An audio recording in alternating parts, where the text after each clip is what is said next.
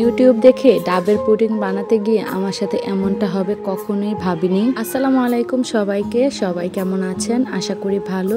আমিও আপনাদের দোয়ায় আলহামদুলিল্লাহ ভালো আছি। তো আমি ইউটিউব দেখে আজকে ডাবের পুডিং বানাতে গিয়েছিলাম। তো ডাবের পুডিং বানাতে গিয়ে আমি যেই ভুলটা করেছি আজকে সেটাই আপনাদের সাথে এই ভিডিওর মাধ্যমে শেয়ার করব, যাতে আপনারাও পরবর্তীতে এই ভুলটা না করেন। এই গরমে ঠান্ডা ঠান্ডা ডাবের পুডিং আমাদের মনকে শান্তিতে ভরিয়ে তুলবে। তো সেজন্য আমি আজকে ডাবের পুডিং বানানোর জন্য প্রথমেই ডাবের পানিটা একটা ফ্রাই প্যানে নিয়ে নিয়েছিলাম।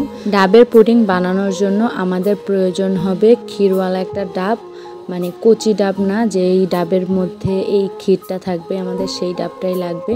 তো আমি এখানে এই ক্ষীরটাকে খুব সুন্দরভাবে ডাব থেকে বের করে ছুরির মাধ্যমে ছোট ছোট করে কেটে নিচ্ছিলাম। তো আপনারা আপনাদের পছন্দ মতোই এই ক্ষীরটাকে সাইজ করে কেটে নিতে পারবেন। আমার ডাবের ভিতর থেকে যেটুকু ক্ষীর বেরিয়েছিল সবটা কাটলে আমার মনে হয়েছে পানির তুলনায় বেশি হয়ে যাবে। তো তাই আমি অর্ধেকটা পরিমাণ ক্ষীর এখানে কেটে নিয়েছি খুব সুন্দরভাবে। এইটুকু পানি হয়েছিল আমার একটা ডাব থেকে। তো এই পানিটাকে আমি ছেঁকে নিয়েছিলাম, এবারে চুলায় বসিয়ে দিয়েছি। এবারে এই পানিটা ফুটে আসা পর্যন্ত অপেক্ষা করতে হবে। ডাবের পানিটা ফুটতে শুরু করলে এই পর্যায়ে দিতে হবে এই আগার আগার পাউডার।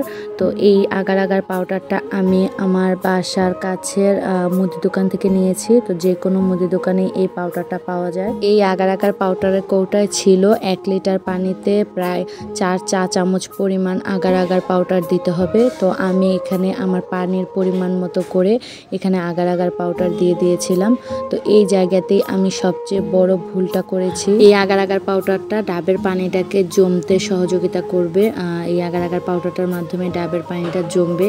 কিন্তু আমি এখানে যে ভুলটা করেছি সেটা হচ্ছে আমি পরিমাণ মতো আগার আগার পাউডার দিয়ে দিয়েছিলাম, কিন্তু তারপর আমি একটা ইউটিউব ভিডিও দেখলাম, সেখানে দেখলাম যে ওরা আগার আগার পাউডারের যে কৌটাটা আছে সেই কৌটার মুখটা দিয়ে প্রায় 2.5 মুখের মতো আগার আগার পাউডার দেয়। তো পরে আমার মনে হয়েছে আমি হয়তোবা এখানে কম পাউডার ব্যবহার করেছি।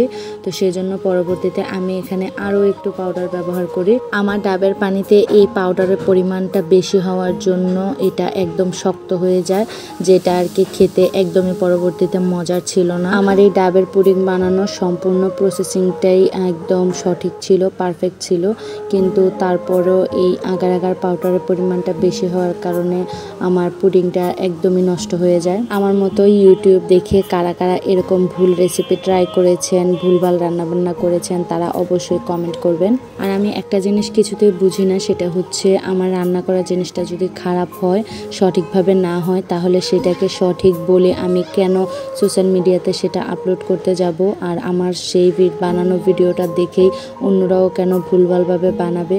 আসলে এটা করা কিন্তু একদমই ঠিক নয়। তো যাই হোক, ইউটিউব দেখে ডাবের পুডিং বানাতে গিয়েছিলাম, তো বাকিটা ইতিহাস হয়ে গেল আর কি। তো পরবর্তীতে আমি যখন ফ্রিজে দিয়েছিলাম এটা জমে যাওয়ার জন্য, তখন দেখুন 10 মিনিটের মধ্যে এটা অনেকটা শক্ত হয়ে গিয়েছিল।